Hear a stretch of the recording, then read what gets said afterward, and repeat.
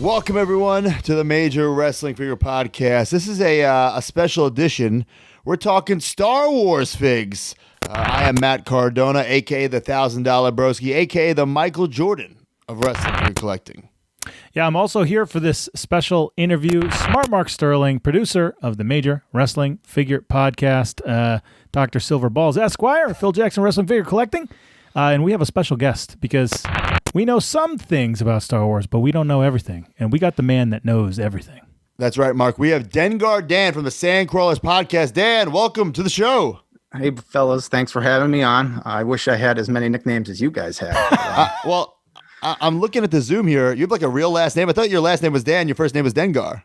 No. That's the character name, right? So whenever I get casted to play Dengar in a film, stay in character.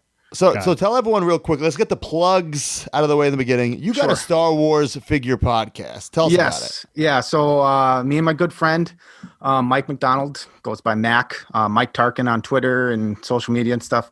We have the Sandcrawler Podcast. We started about 3 years ago.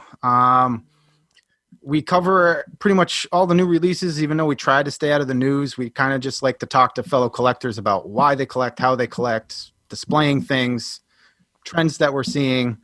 And Jake Stevens from Forlom to Zuckus is a pretty common co-host with us. And he's kind of like our encyclopedia guy in terms of anything you want to know about any figure that's ever been made in any line. Jake's the guy to go to. And our podcast, I think, is pretty unique because Mac, and he's listening when this drops, but he's substantially older than me, and Jake is older than me as well. So those are guys that are around for the original releases, and I'm somebody that grew up in the 90s, and Power of the Force was my introduction to Star Wars figures. So it's a really cool point of view in terms of the different ways we collect and what we appreciate and what we think is important to us. So yeah, and I think that's why I find the podcast so fascinating, because you and I, we're about the same age, if not the same age. So yes, same with me. I didn't grow up with the original films. It was the special edition, the re-releases on the VHS, which got me hooked. But then you hear them, and they grew up, so they have the original figures, or at least know about them, and right. I have them in my collection, but there's zero sentimental value. I just have them because I feel like, well, I have to have them. Yeah, they're kind of the granddaddy of all action figures. So right. It started the whole craze. So it's kind of important.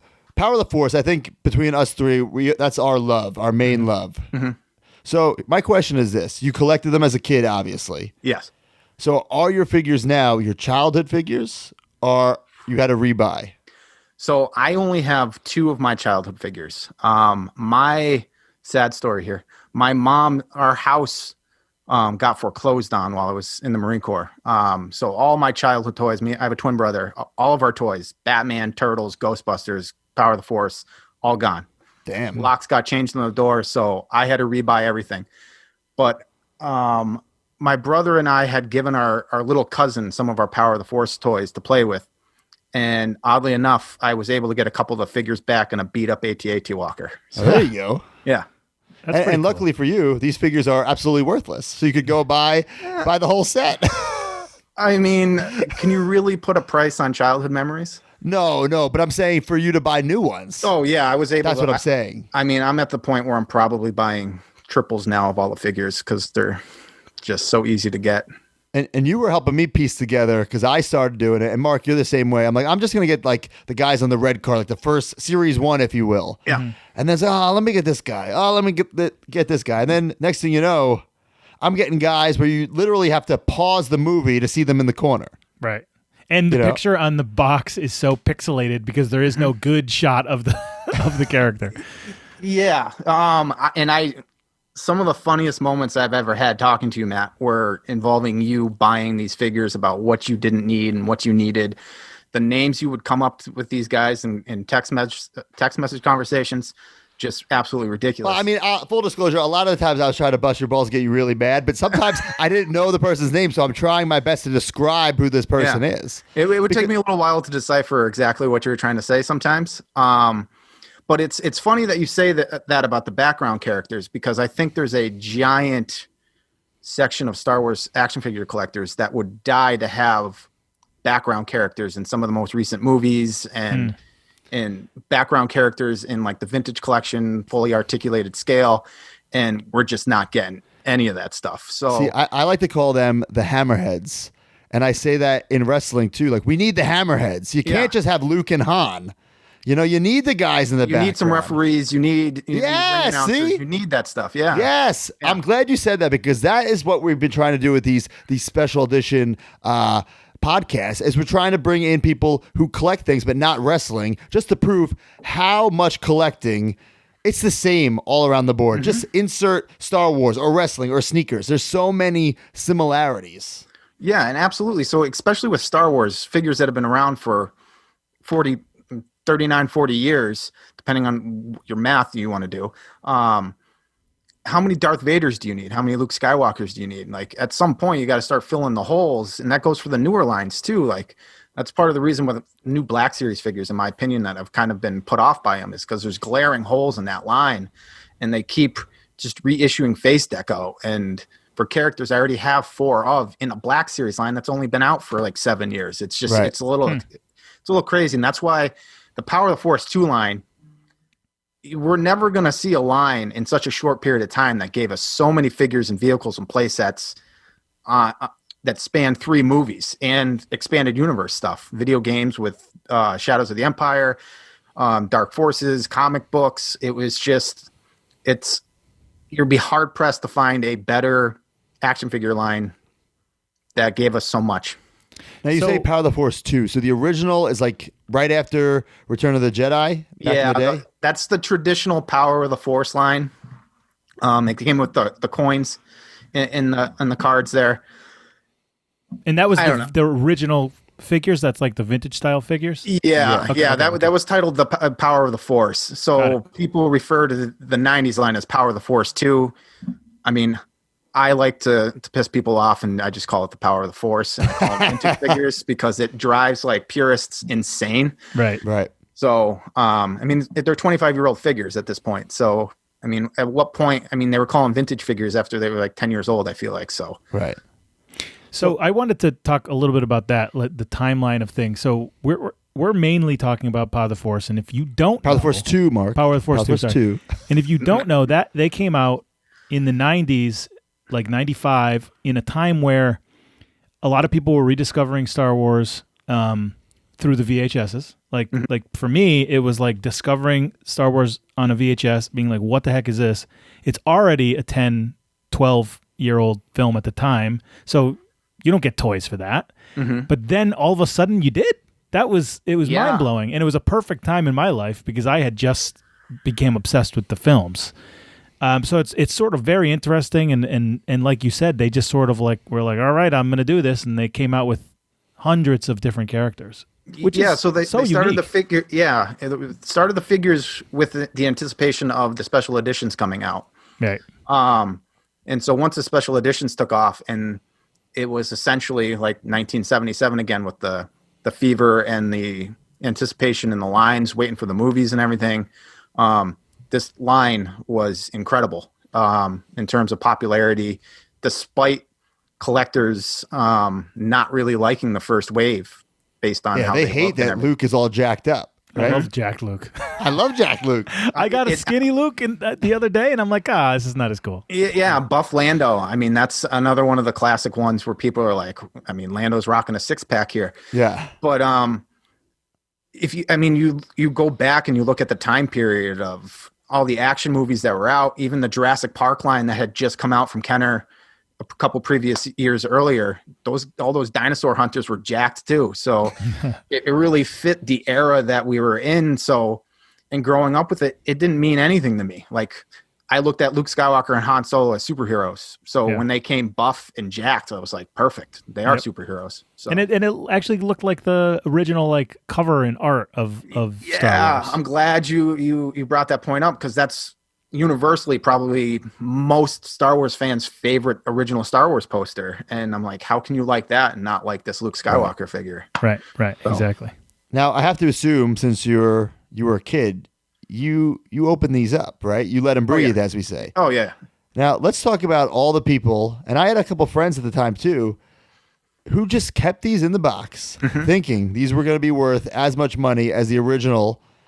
And now they are worth nothing. You go to any vintage toy store in America and find a whole Power of the Force section. Like I can just guarantee any store I walk into, there's going to be a Power of the Force section. 100%. Yeah. Huge wall. They're $4. So do you think these were too mass produced, or do you think so many people just bought them and kept them in the box thinking these are going to be worth money, where it was like the what's the thing we always say? We say that the demand needs to be greater than supply. In this instance, the supply was way greater than the demand. Yeah, I do think that there was some of that, but I also think they were selling like crazy. And whether that was because the movie was so popular or people were looking at this as the next like financial investment. But it was also the 90s, and you got to think like that was peak baseball cards before the collapse happened with those Beanie Babies. That's when we turned into like big time collectors. So whether you thought that there were going to be money, a lot of people just took the chance that there were going to be money because the vintage stuff kind of started creeping up there in terms of price after years of sitting in clearance bins and KBs and stuff like that. So I think it was kind of a perfect storm for a figure line to be mass produced, gobbled up by the collectors, and then held on for hoping it would be future investment. But it's good for us now. You can get a mint card Power of the Force 2 figure for nothing and without looking very hard. So, oh my God, I just put together, I would say I don't have every single thing. I have the majority. And some of the times I was spending more money on the shipping than the actual 100%. figure. yeah. You know, I'd be buy it now, or an auction starting bid 99 cents and just winning. You know, unbelievable. Yeah. Very little competition when it comes to Power of the Force 2 figures. I mean, there are some out there that still fetch a good price, and depending on how crazy you are as a Power of the Force collector, there are some really expensive figures out there. You have the whole transition tray for the lightsabers for Luke and Vader and Obi-Wan. So tell us about this. There's a different size lightsaber, correct, in the beginning? Yeah, so the original run of those figures on the red card or orange card, whatever you call it, they came with really long lightsabers. And they changed them to short sabers. But inside, during the change, they put a short saber with the tray for a long saber. They call it a transition tray. And those go for big dollars today, like to get them mint condition. When you say big dollars, what do you mean? Because I literally have one. Yeah, but in the package? Yes. Do you have it like available? I would have to go like move my stuff. Oh, okay. All right. I bought the entire that first red series for $77 3 years ago. Yeah, but do you know what lightsaber you have? What probably happened for you then, Mark, is it had the variants in it, and so I opened the small ones. I remember trying to figure out like which one's more rare. So I'll keep that. Do you have the one with a short saber with a long tray though? So I'm fairly certain, like 99%, that like a couple of them were the short tray and a couple of them were the long tray. Would that be possible? Yeah, there's at least one of them in there that is the short saber with the long tray. Yeah, no pics, no proof. I gotta see these things. All right, I'll look after this. Sorry. Yeah. Well, so I would say like to find now some of them are more rare than other ones, like a Luke for a Vader and an Obi-Wan, and I don't know all that because that stuff doesn't really like I open my figures. Yeah, me too. Yeah, exactly. So it doesn't really pertain to me, but I know. I mean, $150 for a 90s figure is kind of, and especially in this line, is pretty expensive. And plus, you add a Weequay freeze frame card, like a US one, not a Canadian one with the French writing underneath it. That goes for a lot of money. That's super rare. So there are some gems out there. Oh, and let's see. The Power of the Force Special Edition Trilogy exclusive Jedi Luke that they gave out at the movie theaters for Return of the Jedi Special Edition. The problem with those is the glue on the bubble came off the card on like almost all of them. To find a solid intact bubble on the card, pretty pricey as well. Oh, wow. It's funny. It's very similar to wrestling where like those some of the very rare and expensive figures aren't like, Hulk Hogan. It's more like these side people, like you said, Weequay. It's very interesting. But something sparked my mind that it's like the toys from the early 90s are kind of expensive, like Hasbro, WWF figures. Mm-hmm. But then when you think of like that late 90s when you get the Beanie Babies and the collecting, like those Toy Biz Marvel figures are all pretty cheap too, and they were like very mass produced at the same time. So were like the WWF Attitude era and WCW, like dirt cheap. Yeah, it's interesting. So those late 90s toys, not fetching much, but yeah, like Jurassic Park's crazy to buy in terms of price, and Turtles and Ghostbusters, like to even get those complete loose, it's I mean it's crazy the price that those are fetching. And I'll be honest, especially just take it back to Star Wars, the Star Wars original Kenner figures. The only reason why those cost so much to get a complete figure is because the collecting community has set that price. They're not hard to come by outside of a yak face or a blue snaggletooth. I mean, there's no reason why they should all cost that much, but they do. We set the price on it, and that's why people are paying $45 for a complete Stormtrooper. It just doesn't make sense to me. And that's loose, or yeah, that's loose. Yeah. So I was wondering, can we talk a little bit about timeline? To me, I know mostly Powers of the Force, and I've been recollecting them now for about 2 years. So I'm deep into that. But what sort of happens after that? Can we run through the whole stuff? So all the lines up to now? So were you collecting the whole time? Did you ever stop? Did you ever take a break? Oh yeah, I stopped big time. So I probably stopped right after episode 1 Phantom Menace happened and dabbled in Power of the Jedi, because that line kind of went simultaneously. Yes. And then I didn't start back up until The Force Awakens, and part of that was I finally had disposable income. Right. Of course. Had my house. I was in a position where I could start collecting again. And with the new movie and Disney acquisition, a flood of new product in there. So I was back in. So Power of the Force 2 ran up until 99. Now there was a couple of card changes in there. There was the Starburst card at the tail end, which was a green version of the episode 1 kind of card. Mm-hmm. And then you had freeze frame in there, and what else? I'm trying to look. The Comtech chips were involved in Power of the Force 2.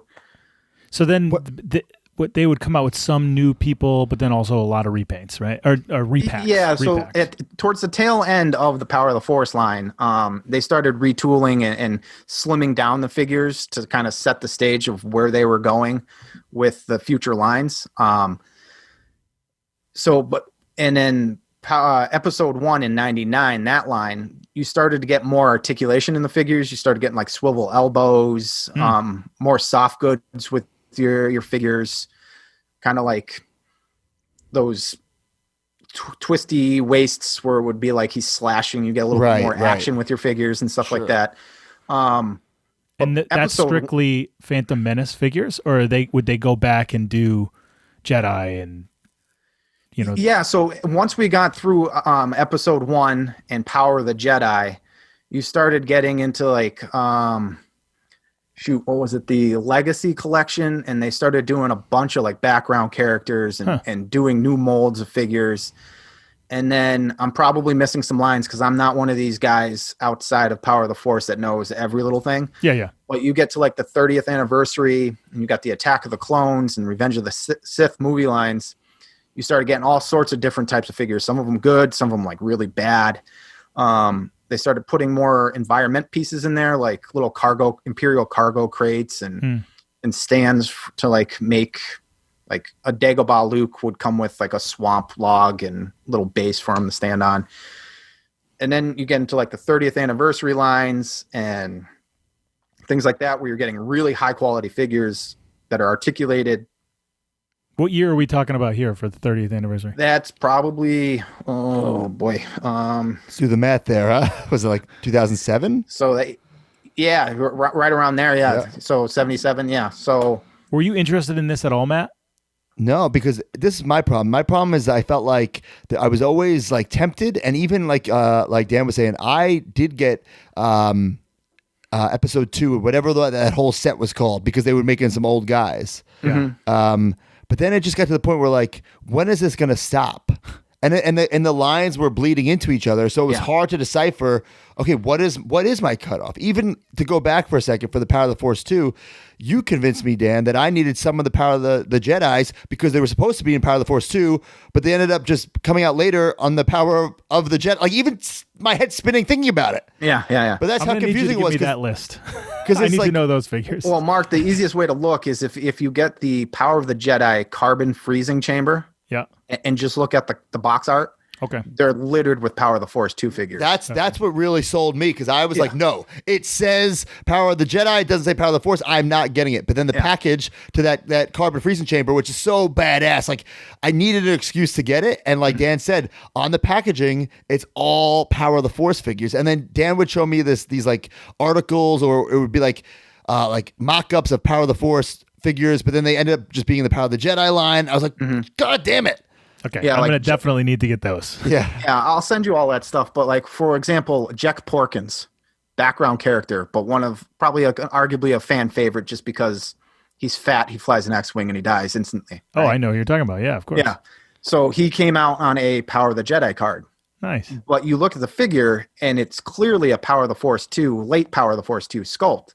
And on websites, they show him mocked up on an orange card, Power of the Force. Okay. So instantly from there, I was like, I need that, need 2 of them. And then I ended up buying the prototype for it because look at that. It was mocked up on the Power of the Force 2 card, orange card. Wow. Okay, that's cool. That's a cool piece. All right, so then, but that's where it just gets confusing, because it's like, right. And I can't, like, even if when Dan like sends me all these websites, because I always ask Dan like, which ones do I need, or and he's always sending me like, what are those websites you sent me to? Like they're actually very detailed. Rebel Scum, rebelscum.com has a great picture library. Jedi Temple Archives has a great picture library. Jedi Business has, I mean, there's a bunch out there that have good picture libraries, but I want to say the website that I found all that prototype and mock-up websites was prototypearchives.com. And it shows you unproduced figures, and there weren't very many in like the Power of the Force line that didn't get produced. So that's a good thing, because my brain would melt trying to track down the unproduced figure of it. But it shows you figures from other ways that were intended to be on those cards. Episode 1 figures that ended up being Power of the Jedi that should have been Episode 1. So for me, as a Power of the Force 2 and Episode 1 collector, that website has been like, it's rounded out some collections for me. Got it. So you're talking 30th anniversary in 2007. What happens when the new movies come out? Like, what happens to the toy lines then? I mean, I'm sure things got like jump started or whatever. Yeah. So with the acquisition of Disney, nobody really kind of knew what was going to happen. There was, at the time, they were plugging the Phantom Menace in 3D was the movie before the merger happened, or the acquisition happened. And so there was a whole Phantom Menace 3D line. It was a lot of repacks, but just different card art and a couple new figures, I believe. And then it kind of like stopped. Nobody knew what was going to happen when the acquisition happened. And then it reverted back to, for The Force Awakens, to the main movie line went to 5 POA, just exactly like Power of the Force, which didn't bother me at all. But this is on the heels of a very successful vintage collection run for collectors. A 3 3/4 vintage collection run that probably had 80 to 90 figures in it, with some vehicles and everything, that was pretty well received. So so slow down here. So vintage collection, that comes out before the new movies. Oh yes, that was out. That was well established before the new movies. And that is if you're a Power of the Force person. Yeah. I just kind of stumbled into these just by getting Mandalorian figures. Sure. I was kind of blown away, and I got it as a gift from my wife, the Mandalorian 3 3/4, and I'm like, okay, cool, thanks. But then when I opened, I was blown away, because it is my childhood figure, but highly articulated with really cool features, really nicely painted, just like kind of blew me away. Mm-hmm. So it's like an elite figure. Yes, it's an elite 3 3/4 figure, which was nuts to me. So that started way before the new movies, is what you're saying. Yeah, and I don't even want to venture to give a year on that, but it was late 2009, 10 maybe. Okay. And they had some big SDCC exclusives with it, where some like Jar Jar Binks and Carbonite. I have that. Yeah, some pretty cool figures were involved in that. Yep. And then this is where it kind of gets murky. And before the vintage collection, or after the vintage collection, I'm sorry. They started the Black Series 3 3/4 line. Now this is where I'm confused too. So does this replace the vintage collection or not? Yes. But they're the same figures, kind of. They're articulated figures and 3 3/4. Yeah, so I mean they're just different packaging. They're not on vintage cards anymore. So they started off with this little black pinstripe card, like blue and orange, and the bubbles would fall off, and then they transitioned to like a Stormtrooper helmet card. And so they started doing some lines of those, and then that line transitioned into the Black Series 3 3/4 exclusives to only Walmart during The Force Awakens. And mini Black Series boxes. Right. And a lot of them were just straight repacks of past Black Series figures or vintage collection figures. Okay. And then they started to add some Force Awakens ones. And I think it was during the run for The Last Jedi, they announced the vintage collection was coming back. So that's kind of where we're at now. And the current vintage collection, I mean, we're pre-ordering figures that don't even exist. It's just computer art at this point. Right. There's not even a mock-up right now for these figures. So yeah, it's been a long, strange trip, but in terms of the movie lines, The Force Awakens, Rogue One, Last Jedi, Solo, all had 5 POA releases. What is when you say 5 POA? What does that mean? 5 points of articulation. Come on, Mark. Okay. Sorry. So your standard head, arms, legs, swivel, and waist. All right. So when you say a release for that movie, like just the top guys, is it a huge thing? Yeah. So a movie figure release is before all these sublines and everything. Before Hasbro was making figures in the dark times when there was no new movie or whatever, as people want to say, you had a dedicated movie line. Yep. So you could call the special editions Power Force dedicated movie line. Episode 1 had its movie line, Attack of the Clones, Revenge of the Sith. Yep. And Force Awakens did as well. And to Force Awakens' credit, that line, there was a lot of background characters, a lot of creatures. I mean, Zuvio wasn't even in the damn movie. He got 2 figures. So it was a pretty decent line, but it wasn't well received by a lot of collectors because it was on the heels of getting these super articulated figures in that scale, and fans wanted more of the same. Gotcha. And then so as each movie in the sequel trilogy happened, so Rogue One, Last Jedi, Solo, the number of figures in those lines started to dwindle drastically. Gotcha. To the point of when Rise of Skywalker came, we got no dedicated movie figure. Which is bullshit. How do you like make this movie, this whole saga? It's the end. Yeah. It's the final story of Luke Skywalker, and there's no figure. Yeah, and not to downplay the movies, because the movies are like, whether you agree with the sequel trilogy or not, I'm just talking Star Wars movies in general. Most popular franchise of all time, right? Mm-hmm.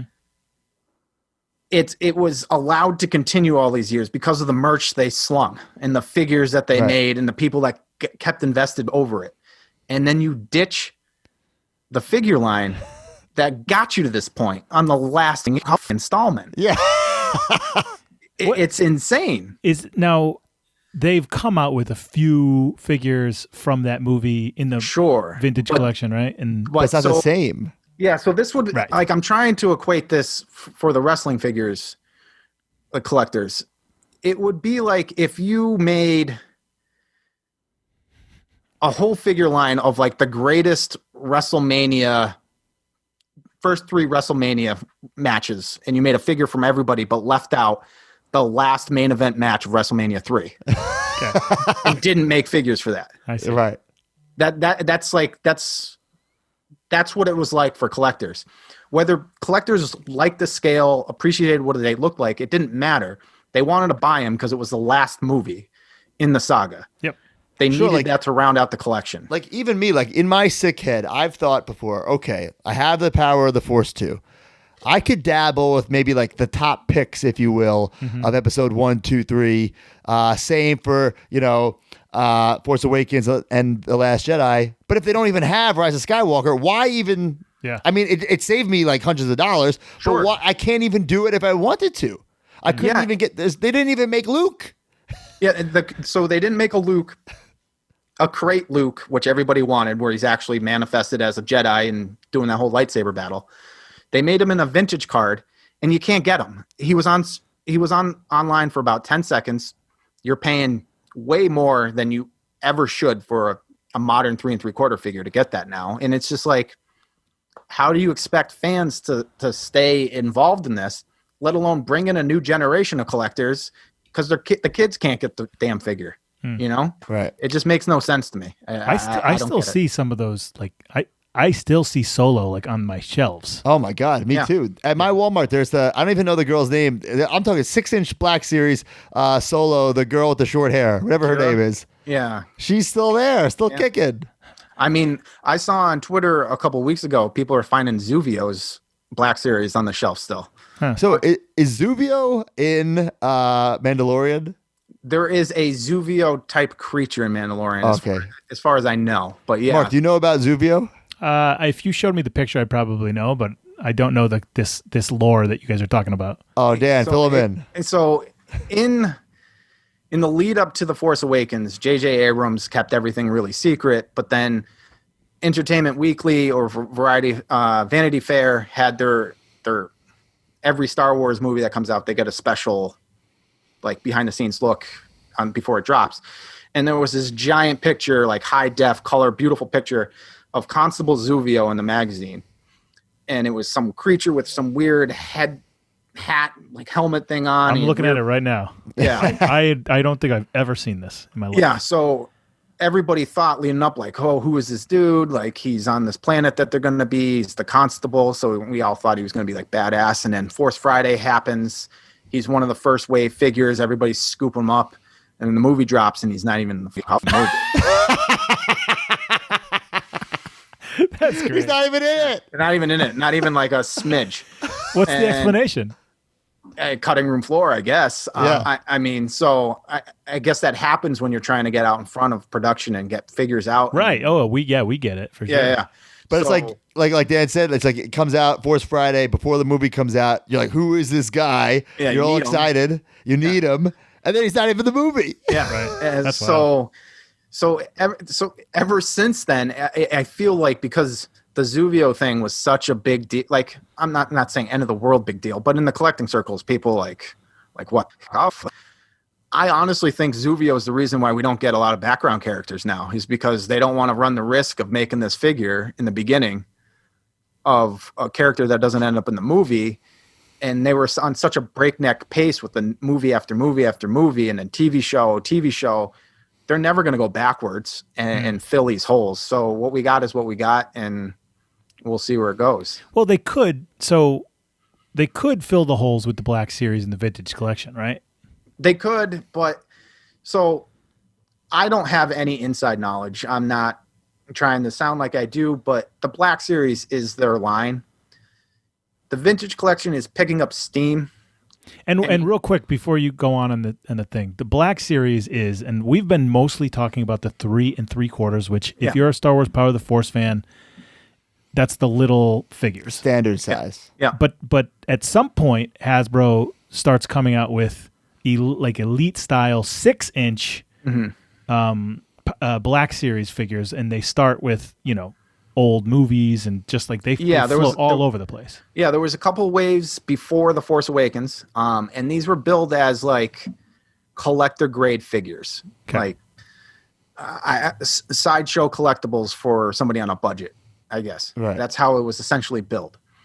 And at the time, they were pretty good compared to what we were getting in terms of likeness and soft goods and just getting a figure that you could put on a shelf and you didn't have to walk up and look. You could see what it was from a little far back. Right. So it was met with mixed emotion because Star Wars collectors are 3 3/4 collectors for the most part. Yeah.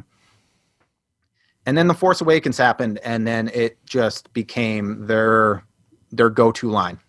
Everything else paled in comparison in terms of releases, number of figures, everything. And it's still that way right now, even with the vintage collection. It was either New York Comic-Con or San Diego Comic-Con when they revealed the vintage collection was coming back. Everybody thought, like, thank God the 3 3/4 line's alive again. And we're getting better, but it's been slow getting to the point where we're at right now. Yes, I noticed there's only a couple that come out in each phase or whatever. And just like thinking about The Mandalorian, there's already so many Black Series Mandalorian figures out or available or coming up, but there's really not that many vintage collections. So, obviously, like you said, the bigger must be, the better business point for Hasbro. I'm not sure. So I'm a Black Series guy, 6-inch, and I got in around Force Awakens. So I went back and got the ones that I didn't have, obviously. And something that I've learned, through the movies, that when the movie comes out, like whether it be Solo or Rogue One or even The Mandalorian, they'll make all the characters. But to Dan's point, there's so many missing characters from the original trilogy. Uh-huh. Even from the prequels, in my opinion. Too. Like we're just getting Jar Jar Binks now. Yep. Like, okay, so that's why that was big. I saw we don't that. have like kid Anakin.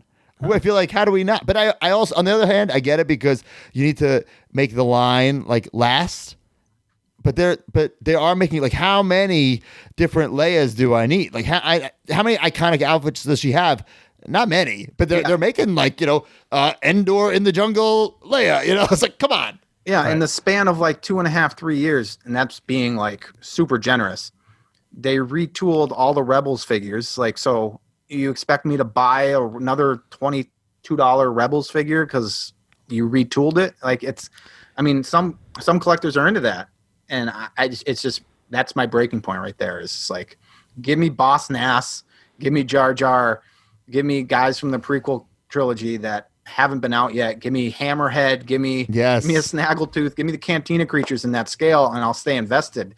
But when they don't even do that, that's it for me. It's actually very similar to me and Matt in wrestling, because it's like, okay, great, you're making these new guys, but just give me those legends. That's what I want. Right. We get like one O-line, and we're like, but Star Wars is doing what WWE is doing.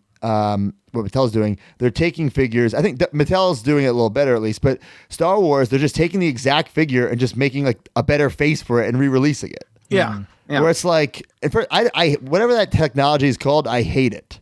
Yeah. It looks like someone has like paint in their mouth and just like misting it onto the figure. Like, I feel like the application is never a home run. Yeah, there's only been a few that I've actually looked at and was like, no shit, they nailed it. The rest of them, like, did you really need to update it? And I get, like, it's cheaper process for them just to retool heads and pop them on the same bodies and be done with it. But when you've been putting out nothing but repacks and vintage collection for a while, and now we're getting archive figures in the Black Series, you're getting repacks or real face tech, whatever it's called.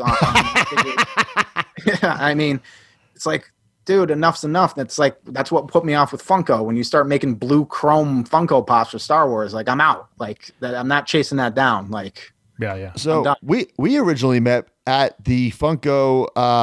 What was that movie called? Making Fun. Making Fun. Yeah. We met at that premiere at the Chinese Theater where Hogan's Hog was. Mark. Oh, nice. Yeah, right. Because we were both big Funko collectors, but you're out of the game now. I'm out. Yeah, That's something we talk about on the podcast. Like, I'm like so on the fence.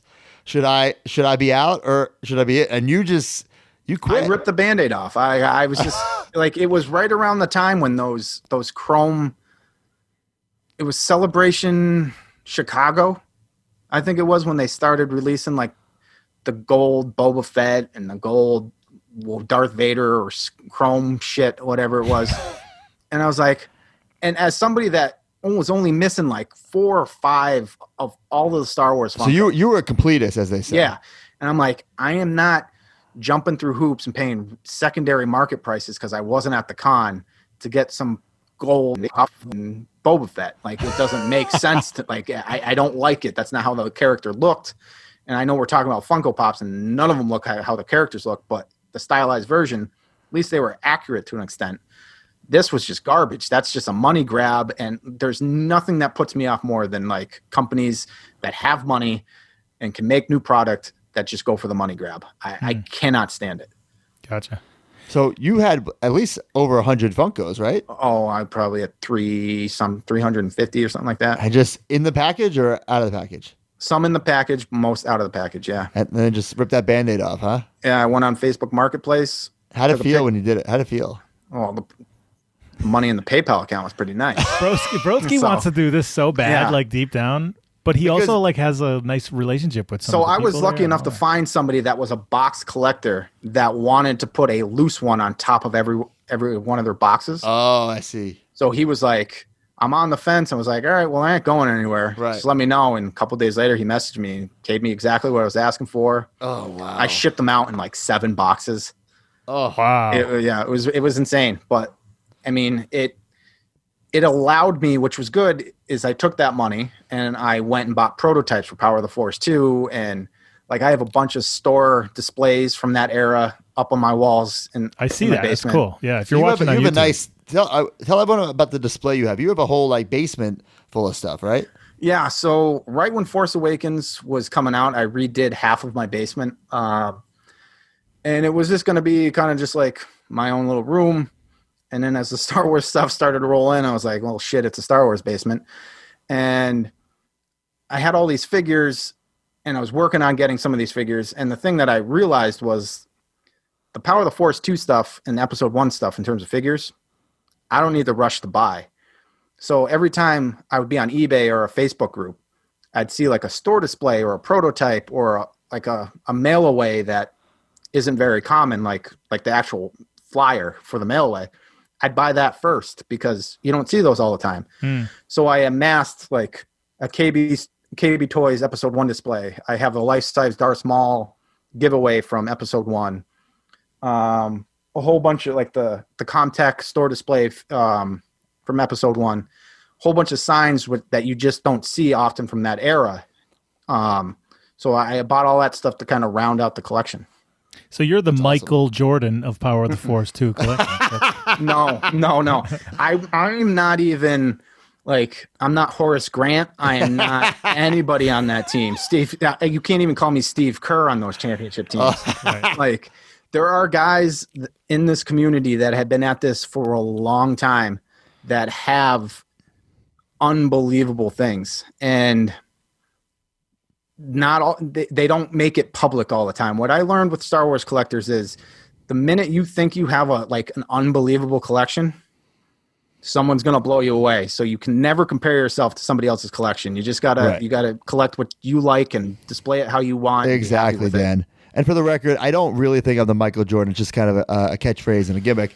But to your point, there are a lot of collectors who keep their stuff private. You know what I'm saying? Who don't even talk about it. Who aren't? Maybe they're on message boards, but maybe they don't post the pictures. Yep. But what made you? Okay, I'm such a huge Star Wars fan. Let me start this podcast about it. How'd that happen? Well, so I was writing for a website just about Funko, the Star Wars Funko Pop. I was like making like a Star Wars guide. Just starting at number 1, working my way up, just telling current eBay prices for it, when it came out, whatever, and taking some photos of it. And then through there, I met Mac, who was also writing for the website at the time. And we just got to talking. We're like, dude, we both love this stuff. Why don't we just start a podcast? And kind of overnight, we just did it. And I mean, our podcast was awful. Like I can't even stand listening to like the first episodes. We tried doing like news bits and all sorts of shit on there. And then we just kind of got to the point of where we're just going to talk about what we like. If we got listeners, if we have 35 listeners, great. We never really keep track of the numbers. It's like our chance to just catch up with friends, talk every couple of weeks about what's going on, what we got, what are we hoping to see, and go from there. And we got a really nice following right now. So it's been a lot of fun. Well, I've been listening because I'm sort of, I love The Mandalorian so much, and I am not like satiated enough by their toys. So I've been like listening to you guys to hear you guys talk about the Mandalorian stuff that's coming out and all that. Right. So very interesting. one thing that you talked about recently was you were like, what is going to be the Star Wars toy under the tree this year? Yeah. Because every Christmas we've gotten a film for years. Sure, yeah. But this year we don't have a film, but The Mandalorian perfectly comes out at the right time. Yeah, and unfortunately, unless you're an avid collector and you're sitting at your computer the minute things get released, a kid's got zero chance of getting any one of these figures for Christmas. So, Yeah. But it sounds like things I've read online is the animatronic child, or Grogu, I think is his name now. Yeah. Is going to be the Furby. Oh, there it is. Yeah. So there's. You have crazy. you got Hasbro sent that. Yeah. I love it. Thanks, Hasbro. I think there's one that comes with like a little backpack harness thing that you can carry around. And from what I read, I think that sold out pretty quickly on Entertainment Earth. So it sounds like that's going to be the kids' toy for the under the tree this year. Yeah. But I can remember getting the Power of the Force AT-AT Walker for Christmas as a kid and being ecstatic about that. And it's sad thinking that like kids aren't growing up kind of with that action figure Christmas with them, you know? This guy won't shut up. Go to sleep. But you don't collect the Mandalorian stuff, right? Vintage collection. Well, I'm in on the vintage collection line right now. Okay, you are okay. My laptop is actually sitting on 2 of the carbon freezing sets that I just purchased on Cyber Monday for $29. So. Oh wait, you got them? Yeah, for that price, I get 2 for the price of 1. And you're gonna build that whole setup. I'm gonna put Power of the Force 2 figures on it. Oh, see, how can you do that though? It's not the same. I know and I knew as soon as I said that you were going to use it against me, because that is the reason why I didn't go the sail barge, right? Because I wasn't going to be able to put vintage collection figures onto the sail barge. I'm you set a didn't different do the point now. Okay. No, I didn't. No, at the time it was a lot of money, and I was really dead set about not putting Power of the Force 2 or any other figure line of Jabba characters on the sail barge because it was a vintage collection, and the figures that it came with weren't going to match the same scale. Height, but they're not the same though. They're not the same. Right. So I actually was thinking the same thing because I want to get a Millennium Falcon. I want to get one. I don't have one yet. And I'm trying to figure out, do I get this awesome brand new one that is unreal, or do I get the Power of the Force 2 one? Got the Power of the Force 2. Which is actually cheaper in box too. The 25-year-old toy is crazy. Yeah. I mean, if you're collecting Power of the Force 2, go with the Power of the Force 2 Millennium Falcon. It's a solid vehicle. I mean, it's got noises. It's got noises. That's all you need. Yeah. The only thing I will say with that is, Matt, and I actually have a question for you. Have you put any of the stickers on your vehicles yet? I was just gonna say, no, I have not. That's criminal. That's because they're so small, the stickers. Mm-hmm. They're so tiny. There's like little lights and I can't do it. I have them though. I have them there somewhere, but I have no stickers on my vehicles. So what's sick is I was putting on stickers on speeder bikes for Power of the Force 2. I literally just did that the other day. Put one on a speeder bike. Yeah, these little red triangles go on there, and I had an X-Acto knife, and I was getting them off, and like 3 of the triangles were dry as could be. Couldn't get them to stick. I honestly bought 3 more speeder bikes just so I could try and get fresh stickers. Oh my god! Yeah, that's insane. Yeah. Mine were great. Mine stuck right on there. That's funny. Lucky for you. Yeah, but I'm sick when it comes to my displays. Like any vehicle, playset, creature, however it's pictured on the box art is how I set it up in my display cases. Okay. So for like the Endor Power of the Force 2 playset, it's got a bunch of figures on it. I had to go out and buy all those figures to put them in there, and they had to be right from the mint on card, opened up, never been touched before. That's right. I like that, baby. Yeah, Jabba's throne room, the cardboard playset. They like kit bashed that box art with like electronic Power of the Force figures, so I had to buy like the light up Obi-Wan Kenobi lightsaber one. Oh, it was a nightmare. It's a nightmare of a disease. Is there any way that people can see did you make a YouTube video of your if you go to the sandcrawler.net, there are some updated photos of my basement right now, but cool. What I am doing is I've recently completed all of the episode 1 playsets and vehicles, and the Naboo Royal Starship, the one that Queen Amidala, the silver one that she flies. Yep. Pretty expensive.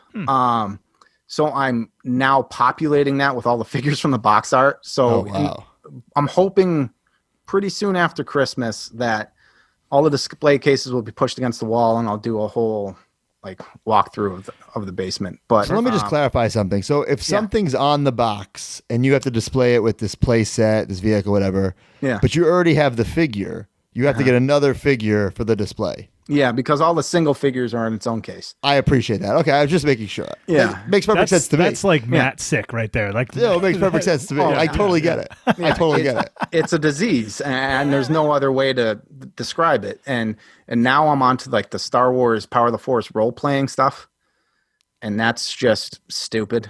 Wait, what do you mean the role-playing stuff? Like so you know the Han Solo blaster you got? Yeah, like that stuff? All that stuff. Oh my God. Because it has it's from the line. So like the lightsabers and stuff too? The lightsabers, Boba Fett has a costume kit. Chewbacca's got a bowcaster. There's a stormtrooper blaster. Wow. That actually, I have a very important question. And I was going to ask Matt this today. And then I was like, actually, I'm going to save it for the show. So I'll ask both you guys this. Speaking of the role-playing stuff, my daughter has been really sort of interested in Star Wars, just like I've been reading her some of the children's books. She's How 5. old? She's 5. Okay. So she gets the idea of Jedi. She loves the lightsabers. She occasionally watches, like, I've been watching Clone Wars for the first time. Mm-hmm. So she'll walk in and watch it for a couple minutes and leave or whatever. So she told me the other day she wants a lightsaber.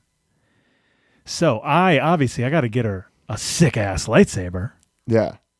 So what lightsaber should I don't need to spend $1,000? Like I don't know. Are there like deluxe lightsabers? Are there? Honestly, get her one of the ones that collapse and turns on. Get her one of these. No, that's a waste of money. Is it a waste of money? It's gonna break. It breaks? It's gonna break. Oh yeah. Well, she's gonna be with whipping a 5-year-old swinging it around. Yeah. Okay. Might as well take $100 and light it on fire. Is there one that collapse that makes the sound? Yeah, my son's got like 3 of them. Yeah. Okay. You'll have to point me in that direction. Yeah. Well, Dan helped me with the lightsaber I used for Live 6 and the Stormtrooper helmet. Right. You know, the Swagmaster helmet. Right. Yeah, and I just want to like your whole costume, Matt. Like, you made it out to seem like it was impossible to find. I found it in like 5 seconds. Wait, it was because I needed the purple lightsaber, but for the toy lightsabers, I hate when you can see it. Yeah. I wanted it all the way in. You know what I'm saying? You found me one, so thank you. Yeah, you're welcome. I appreciate that. Does Hornswoggle have the helmet still? He sold it, I think. Oh, I think he sold it. Well, I'll tell you this, Dan. There is awesome. 2 people now who have these painted helmets. I don't know if Dan knows the whole part of the story. Oh, I don't know the story about the 2 of them. Oh Okay. my gosh! Oh my gosh! So buckle in. Long story short, you sent me it. Yeah. I sprayed it green. You know, it took like 2 cans, and that glitter spray paint's like $18 a can. So it was like $30 to paint it green. I couldn't travel I couldn't really fly with it, so I sent it to where we were going to be in Baltimore. And the day before the show, I go to pick it up, and it's not there. So I'm like having this panic attack, like, oh my God, what are we going to do? So I hit up one of our major marks, and I said, hey, do you happen to have a Stormtrooper helmet? And he did. He had one, like, I guess it's from a video game where it's like there's some red in it. I'm not quite sure. Okay. And we made him spray paint his green because we needed a helmet. And then the day of the show, of course, yours shows up.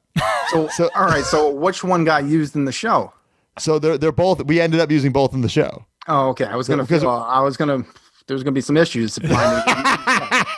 Well, just to make sure that they were game worn, if that makes any sense. Yeah. We used them both, and right now 2 very happy major marks own those game used helmets in their collection in a prominent spot. I just talked about it on the show this week.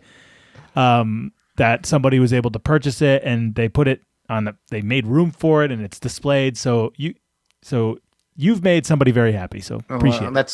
It's nice to help out the community, right? And then we made those exclusive pins, and I sent you one. So you got those pins. I'm very, very appreciative of that as well. Thank you. Yeah, well, you sent me a helmet, and I sent you a helmet pin. So. Yeah.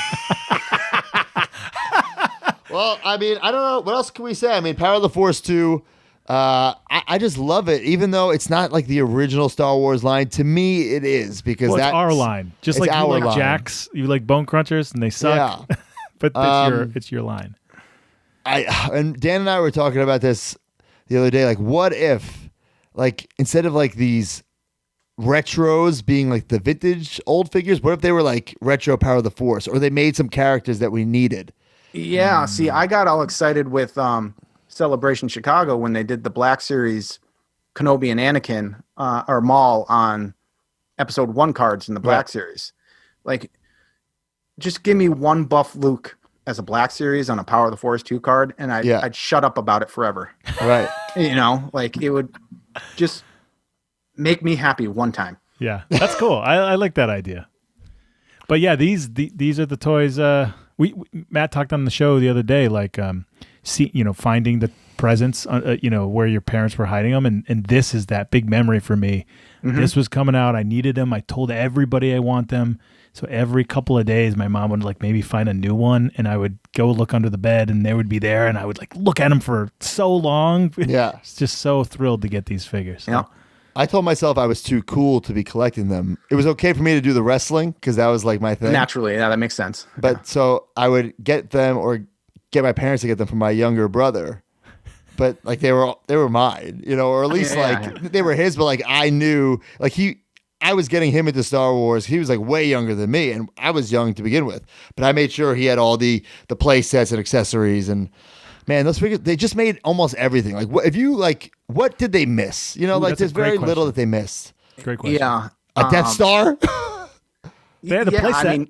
I mean, every vehicle you could possibly have wanted, you pretty much got. You got all Y-wings, A-wings, X-wings, the Falcon. Yeah. I mean, there's nothing that's.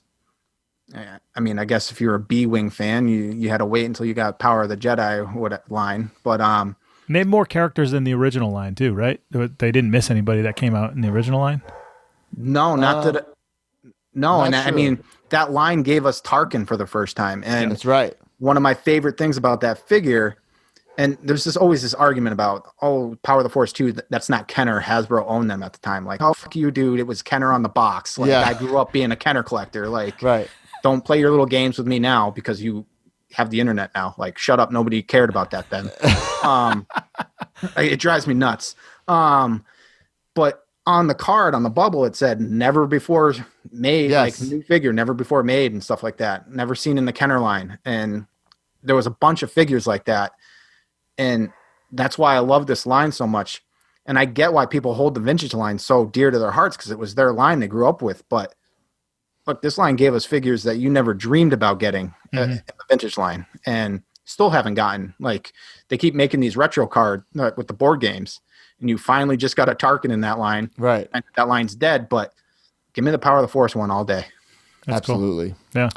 Well, Dan, thank you so much for jumping in and just chatting Star Wars with us. We love just talking Star Wars, especially with people who also collect it. And then you can, for the wrestling fans, they see like, hey, everyone collects something. Everyone's the same. It's just a different topic. Yeah, and we're all facing the same issues. Like, especially with COVID this year, who knows what this year would have been like for product on the shelves or how things in manufacturing got delayed or whatever the issues are. But everybody's facing shitty store shelves with nothing on them, cancellations on pre-orders. Right. Walmart and Target. Up to you, right? Yeah. I mean, unless you're on the computer right when something drops on Hasbro Pulse or whatever, I mean, you're going to have to go to like 6 or 7 sites and then wait 8 months to get your pre-order in. It's not just Star Wars fans. It's not just wrestling fans that are dealing with it. It's the nature of the hobby right now. And it's unfortunate, but I mean, we're all in this together, I guess. So scalpers and that's right.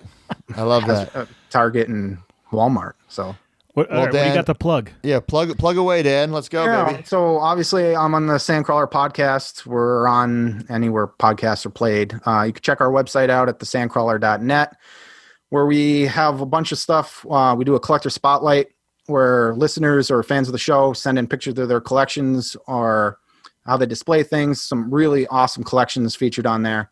In the Play Outside feature, we're like action figure photography is at a next level right now, and people send in their figures with some unbelievable poses and photography and backgrounds and everything. It's really cool. Yeah, and I'm on Twitter at Dengar Dan, and we're on social media for the show. I don't do much of the social media anymore, but yeah, it's a cesspool out there. So, yeah, that's pretty much it. Cool. Well, Dan, thank you very much, and may the force be with you. Thank you. I appreciate you guys having me on. See you, man. See ya.